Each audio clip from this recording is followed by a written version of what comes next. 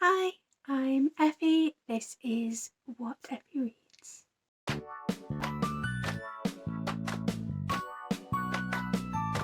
So we're now into the third week of Bookoplathon and the Magical Readathon. So this week I'm planning to read romances or kind of romance adjacent books. And it's going to be quite an ambitious week. So I'm planning to read Raybearer and Redemptor, both by Jordan Ifuko. You Should See Me in a Crown by Leah Johnson, The Heir by Kira Cass, and What a Duke Does for Love by Alice Kirks. I don't know if that sounds particularly ambitious or not, but I ran the numbers and basically I need to read like 131 pages physically of Raybearer and Redemptor each day. And then also I've got to read my ebooks. So it could be a fun one.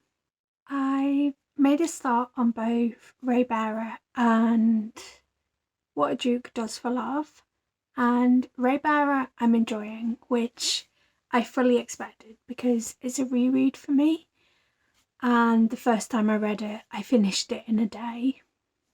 So I'm still enjoying it. I'm realising that it's a good job I am rereading it because I don't remember a lot of the plot points. Like, I remember the big reveal and I kind of remember what Tarasai does towards the end of the book, but I'm not, like, clearly I haven't remembered the journey in the middle. But unfortunately, What a Duke Does for Love is just pants. It's a Regency era romance with a kind of mystery aspect. So you've got a duke and a lady who are like catching feelings for each other, but you've also got the lady trying to investigate whether her brother's death really was an accident, which sounds like a recipe for a really good book. Unfortunately, it is so insta-lovey. Like, the moment these two people meet, they are obsessed with each other. But despite that, you're not really getting any yearning. And I think it just misses the mark. I've read a couple of like Regency / Victorian era romances and I like it because they've got a really good slow burn to them and there's kind of a hint of proprietariness about it. And it's beautiful, but for some reason you just don't feel it. Like, I think because they were immediately obsessed with each other. So I'm not enjoying it. And with regards to the brother's death subplot, like, I feel like I haven't even been given any suggestions about what could actually have gone on there. So it's not really doing it for me. But I am using the text-to-speech function on my Kindle, so I should be able to just power through it today and then I don't need to think about it again.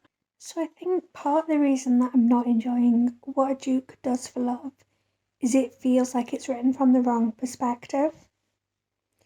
So basically having these like interactions happening and then after the fact it's telling you what the characters think. And I just think this book would be a lot better from a dual perspective, so you could see the insight into what the characters are thinking and feeling whilst they're actually interacting, rather than having like this thing happens, then on the coach home, this person was thinking this about this thing that just happened. It just feels really inane.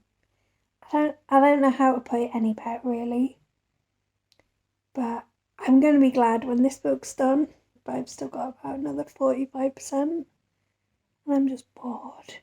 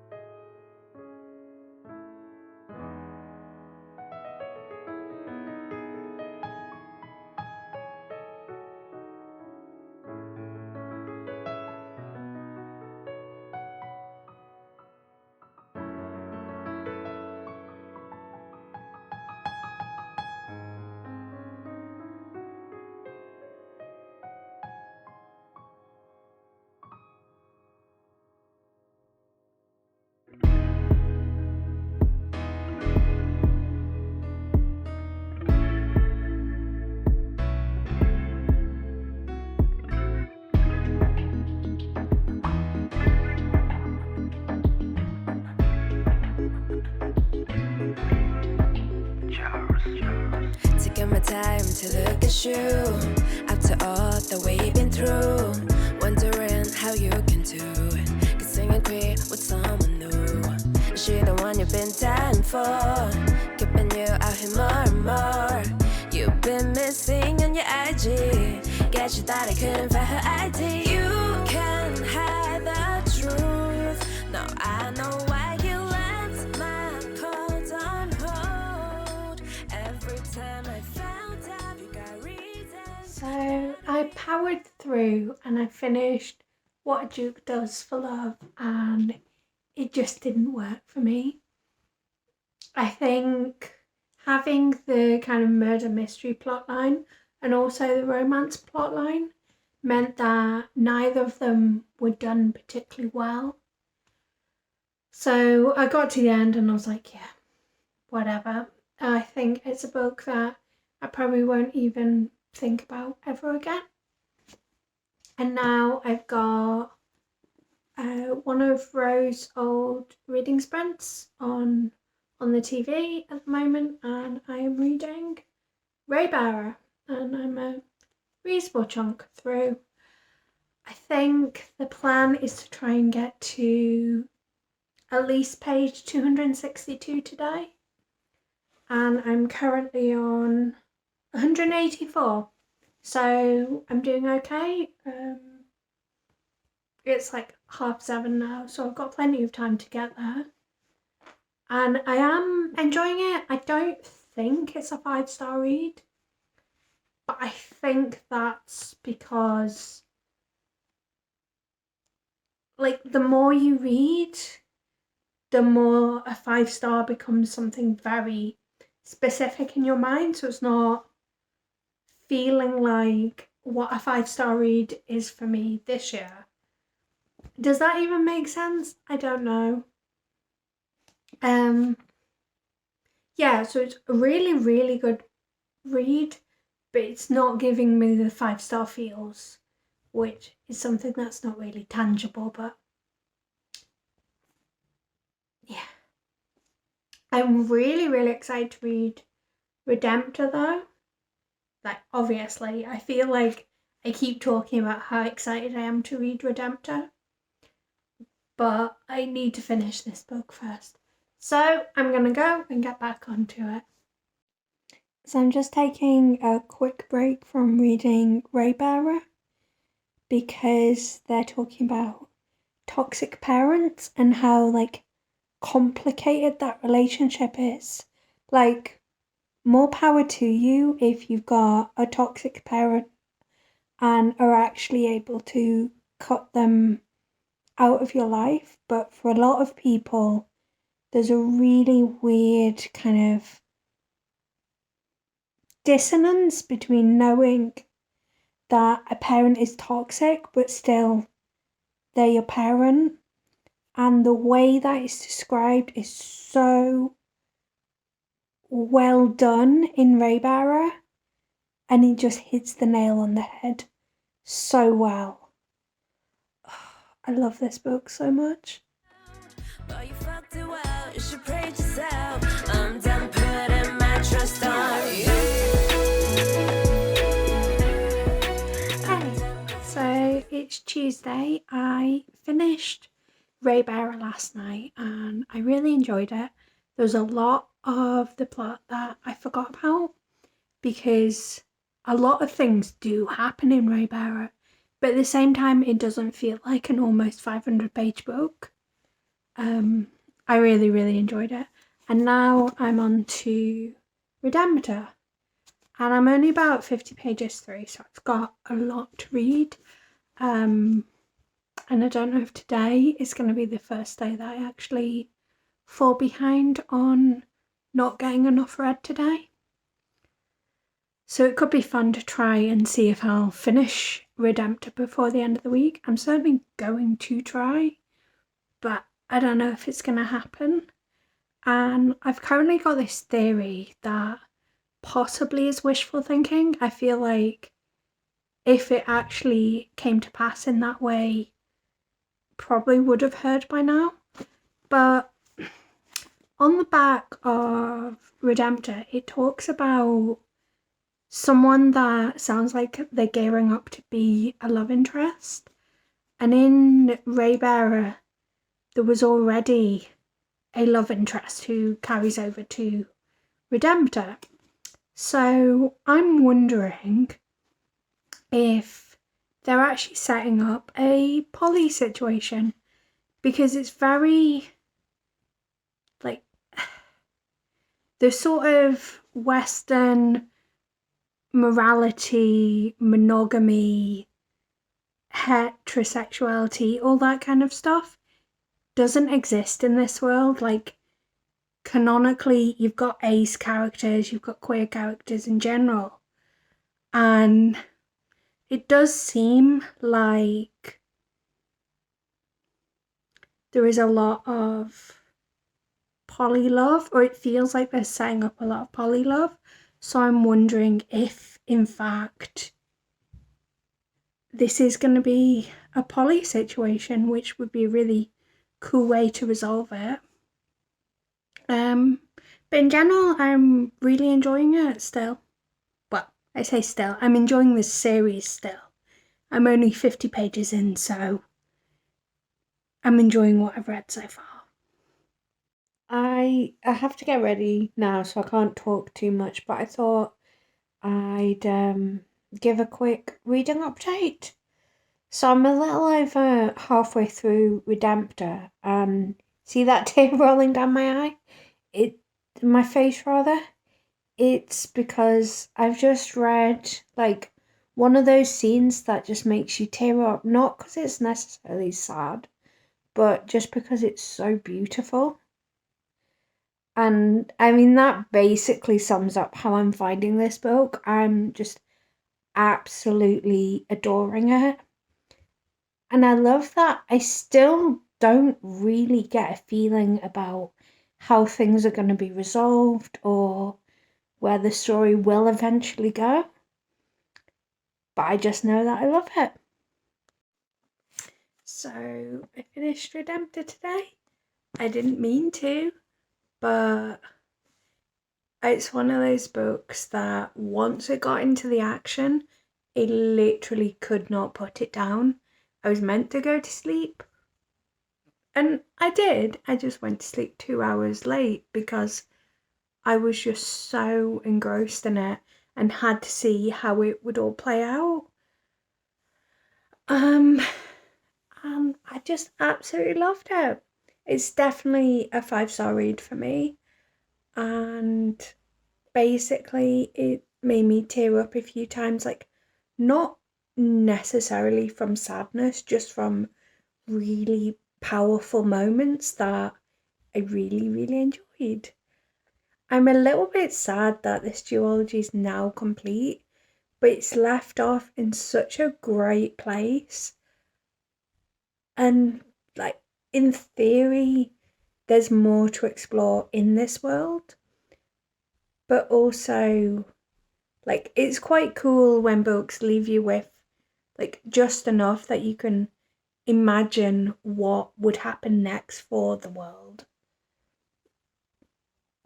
Um, I'm just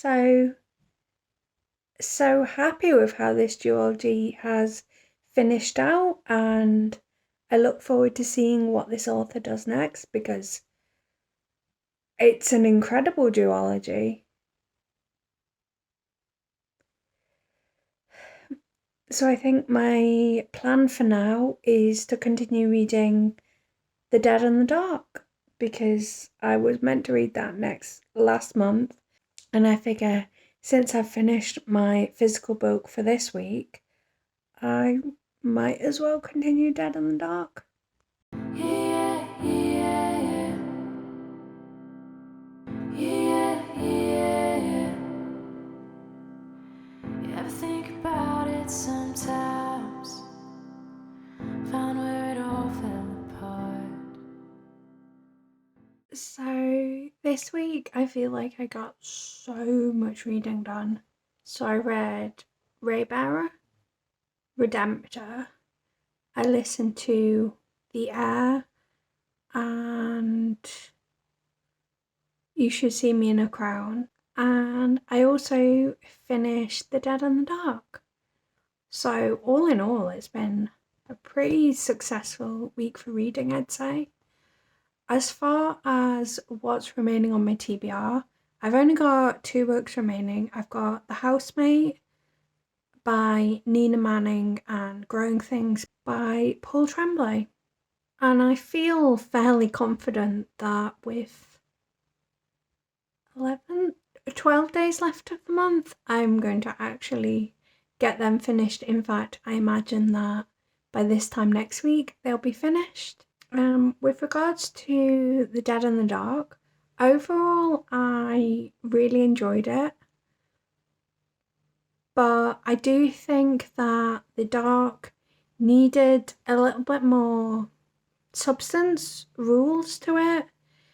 I thought it was a really good, antagonist, but the solution felt too convenient because I didn't feel like I knew what it truly was and how the characters would be able to overcome it. But it had some really good, creepy, spooky feels. So it kind of made the ending feel rushed, but at the same time, it was one of those endings that felt like it went on too long. You know those books where it wraps up comfortably and then it has a full 20-page epilogue. I am being hyperbolic, and I don't think this book actually has an epilogue, but it's one of these where you're going, okay, you could have finished a wee while ago and I would have been just as content. But it wasn't a bad book, and I definitely want to read more from the author again. I just think the ending definitely let it down. I don't think I've spoken about my audiobooks either. So the first one I read was You Should See Me in a Crown, and it's the first time I've experienced this with YA, but very much it's not for me. It's I'm beyond the age range. I know I'm beyond the age range. But yeah, there was some weird ones. The one that really stuck out for me was when they mentioned Winona Ryder, and then the cultural reference point was Stranger Things. And for me, I remember something about shoplifting and also Heathers. I had to actually stop and think to remember that Winona Ryder is even in Stranger Things. And there was a few cultural references like that, which beyond making me feel old, also felt like they could date the book. Right now the cultural references feel very present, but 5 years down the line, I don't know. But it was a sweet enough story. And I'll be interested to read Rise from the Sun, something like that, Leah Johnson's new book. I think You Should See Me in a Crown is one that maybe won't stick out too much to me, but I also potentially might read it in the future because it is comforting, easy. We'll see. And then I had some thoughts. I'm just gonna see because I made some thoughts in my phone. So I think the first thing is I didn't realise that it wasn't a standalone. I know it's set in the Selection world, but for some reason I thought that goes the Selection and then standalone. But it's actually a duology, so that kind of, I wouldn't say disappointed me, but surprised me because I got to the end of the year and I was like, oh, this hasn't been resolved. So that was that. And then a few things that stood out for me was that your protagonist is really dislikable. You're not meant to like her. She's meant to be bratty and out of touch. But that took me back, and I was like, am I going to enjoy this? And I will say that actually, I think by the end of the year, I was starting to enjoy her because you saw more of her character growth. And then the other thing that really stood out for me is that I generally do not like love triangles. I find them really annoying. And I think it's probably the usual criticism of that you tend to know who the author wants you rooting for and sees as endgame. So it just feels like a waste of time, like setting up other love interests, I guess. But in the air, the thing that stood out for me is that you're presented with 35 candidates, because it's, for those that don't know, the selection series is basically like The Bachelor but set in a dystopia. So you've got this princess who is presented with the choice, who picks out 35 candidates to potentially become the prince consort. And yeah, they're not setting up all 35 as love interests, but I think you maybe have 10 love interests initially. And then as the book goes on, yeah, it does narrow the field a bit, but by the end of the year, I would still say there was maybe 8 love interests. And there was a few that felt like more of a possibility, like a likely prospect. But I would say that I genuinely didn't know who was going to end up being endgame at the end of it.